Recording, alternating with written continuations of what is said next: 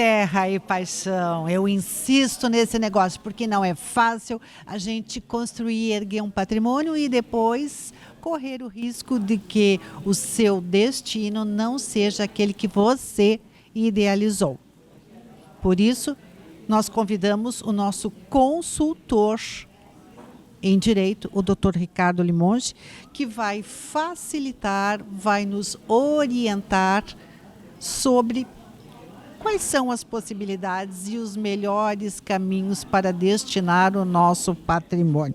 Como vai, doutor Ricardo Limonge? De bem com a vida? Sempre de bem com a vida. Opa, coisa boa a gente ouvir as pessoas não só dizerem que estão de bem com a vida, mas expressarem com a alma que estão realmente de bem com a vida. Doutor Ricardo Limonge, a novela da Globo, porque aqui a gente fala nos concorrentes sem nenhum problema. A novela da Globo aponta a questão do sucessor, do destino do patrimônio, sob um ponto de vista familiar. O pai não planejou.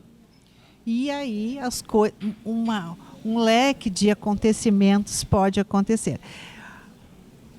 O senhor entende que nós devemos planejar o destino do patrimônio ou deixar que a sorte decida?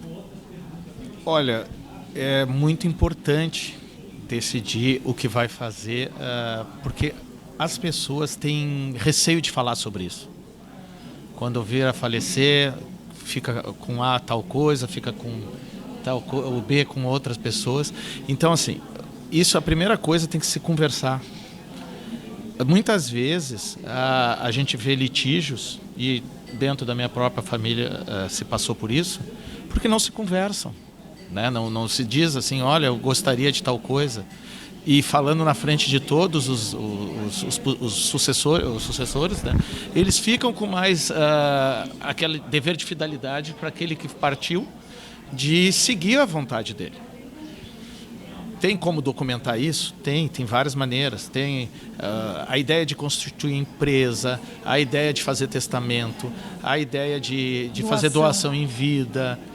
Sempre tu tem que avaliar a situação individual, aquilo que é melhor para você. E é diferente. Às vezes não é bom constituir empresa, às vezes é bom. Cada caso é um caso. A única certeza que nós temos é que, assim como nascemos, vamos morrer. Portanto, é pertinente que a gente passe a pensar, planejar o que vamos deixar para cada um. Porque assim, o patrimônio foi construído, às vezes vem de geração em geração. Então vamos seguir assim, eu recebi algo do meu pai, daí eu construí mais coisas, meu filho vai receber mais ainda. Tem que ser orientado no sentido de que, às vezes o litígio, o gasto que tem com esse litígio, com advogado, com custas, com processo, não vale a pena. Mas daí o pai assim, eu vou então criar uma empresa. Daí é melhor, não vai ter custo com o inventário. Vai ter custo igual, porque primeiro ele vai ter custo para constituir a empresa e eles vão brigar entre eles se eles não se dão. Distribuir cotas, mas a cota ela corresponde a um valor X naquele patrimônio lá. Então aquele patrimônio lá vai chegar, eu tenho cotas, é que nem um condomínio, imagina assim, eu tenho 33% de um terreno. Mas onde é que está o meu 33%? Naquele quadrado. Entendeu? Daquele triângulo, vamos chamar assim. Então tem que ser muito bem pensado se as pessoas se dão bem. Tu tá fazendo isso para evitar despesa, então que faça realmente para isso, conversando com as pessoas. Porque eu posso ter dois bens e a pessoa que tu tá transferindo aquele bem, pode não estar satisfeito com aquele bem. E enquanto o outro poderia até dizer, não, pode ficar então, eu fico com esse, ele fica com aquele. Então é importante sempre ser reunido, não fazer uma decisão assim unilateral, né? Sempre buscando isso. Eu não quero que vocês briguem, eu quero que vocês nunca abandonem a mãe, eu quero que tu cuide do meu filho que é menor de idade. Então é isso que tem que ser conversado, sempre abertamente. E contratado, né, doutor? Sim, e nunca individualmente. Sempre. Porque se tu trata no coletivo, tu criou obrigação para todos. Agora, assim, tu não sabe o que tu falou individualmente com o Aqua. É sempre importante, sempre falar no coletivo. Não é fazer sigilo, não é chamar o primogênito num canto e o caçula no outro. Doutor, nós estamos sendo bombardeados com a questão da holding familiar. Ela está sendo tratada como a solução do planeta. Não é bem assim, doutor Ricardo Limoges. Não, não é bem assim, porque assim, primeiro, tem um projeto de lei que vai tributar quando for feita a transferência. Ou seja, 15% a proposta que está no projeto de lei, se eu não me engano, no Senado já. Acabou a vantagem naquela questão do imposto de transmissão, como existe hoje, que ele é limitado a 8. Vezes 15 não compensaria. Por outro lado, há situações assim, por exemplo, de muitos imóveis, ficar só no nome de uma pessoa, tu vai tributar os 27,5%. Se tu cria uma empresa que não vai faturar 4 milhões e 800 mil em aluguel, tu vai pagar um tributo correspondente ao faturamento, que vai variar de 4,8 a 8 e alguma coisa. 4,8 a 8 e... Que é a questão do simples. Então, por exemplo, tu recebe um aluguel, tu fatura na pessoa jurídica bem menos do que tu fatura do que tu despende no imposto de renda da pessoa física. Mas isso, sempre conversando com o contador, não precisa ser só advogado, com pessoas que tenham uma visão.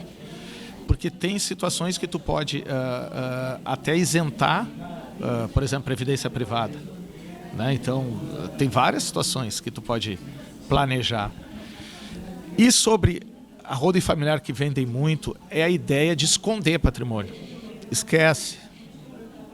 Se tu constituir uma holding familiar para esconder patrimônio, eles vão achar teu patrimônio.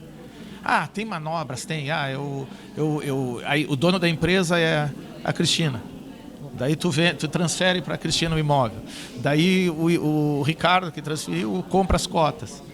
Olha, é possível buscar. O imóvel é único, eles vão ver quem está lá. Eles vão olhar, vão me ver lá. Vão ver. Então, vou dizer, eles sabem que aquilo ali é teu. Eles sabem, o carro está no nome da mulher, mas é dele. Então, assim, essas coisas assim não escusas com uma certa... assim, é melhor tu vender.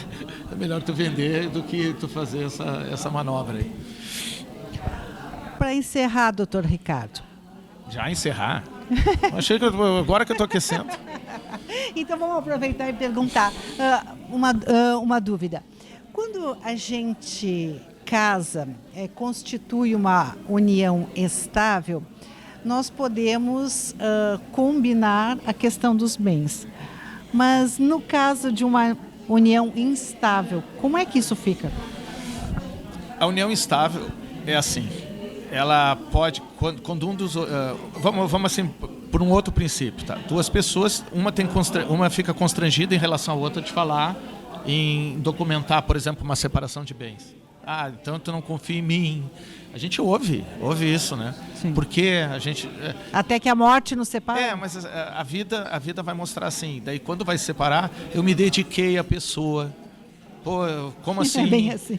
É isso que a gente vê na realidade. Então, assim, documentar no início sempre é melhor, né? Porque aquilo que eu acho que tu pensa assim, eu tenho uma situação que eu vou separar o meu bem para que não se comunique, porque não tem que se comunicar. Não quero dar a chance de um juiz, de uma parte, dizer, não, aquele bem... Já estabelece de início, porque daí tu reserva aquela parte do patrimônio. Isso é bom, porque porque na realidade eu estou separado, eu estou casado contigo, o teu bem anterior, o meu bem anterior, a gente não vai conseguir nunca. Por que vai se dar a chance a alguém alegar que aquilo, mas esse dinheiro, que esse bem que tu compraste foi dado, pegou dinheiro do esposo, de uma doação, do esposo, né? Então, tu tem parte lá mesmo, não tem teu nome. Não tem que dar chance a isso. Então, Cristina, tem que consultar advogado, cada situação, desde o casamento, desde a coisa. E a união instável é a mais perigosa, porque instável faz o contrato de namoro, né? Que é uma maneira de não caracterizar a união estável, porque pode... quando não está ainda definido que querem constituir família, a união estável não gera nenhum direito. Mas pode, num curso do processo, as provas que tu arranja, às vezes tu tem pessoas que falam a verdade, pode tu fica nessa corda bamba, nunca vai ter a certeza, a segurança. Então, dizem que nós devemos ter um médico e um advogado de confiança para prevenir e não depois que o incêndio tomou conta da plantação, né, doutor Ricardo Limões? Sempre prevenir. Acredita assim, é bom para os dois. O casal é bom para os dois. Porque nunca a gente sabe ali na frente. Eu abro um negócio, meu negócio está indo bem, estamos bem, mas de repente dá uma pandemia e aquilo vai para baixo e daí começa a gerar dívida. Daí a esposa que tem os bens no nome dela já começa a repercutir algum tipo de execução em cima desses bens que deveriam estar separados. Então, assim, é bom para os dois. As pessoas... eu vou dizer para ti, eu já passei por situações que eu entendo como constrangedora tu chegar para a pessoa falar, mas hoje, profissionalmente, é o que eu recomendo e tem que ser falado assim, abertamente, é bom para nós. Nos garante, porque... Tu quer pegar uma coisa que já é minha? Eu não quero. Eu não quero, tu não quer, né? Tá, e eu não quero pegar o que é teu. Então por que não documenta? Exatamente. Informar. Falar antes é informar. Depois vira explicação. Doutor Ricardo Limões, mais uma vez, muitíssimo obrigado. Muito obrigado também pelo convite. Sempre um prazer e é muito bom que a gente vá criando o hábito de planejar e falar claramente sobre assuntos de importância que até então a gente evitava. Para com essa história de evitar, tira da gaveta e fala claro como este copo dá.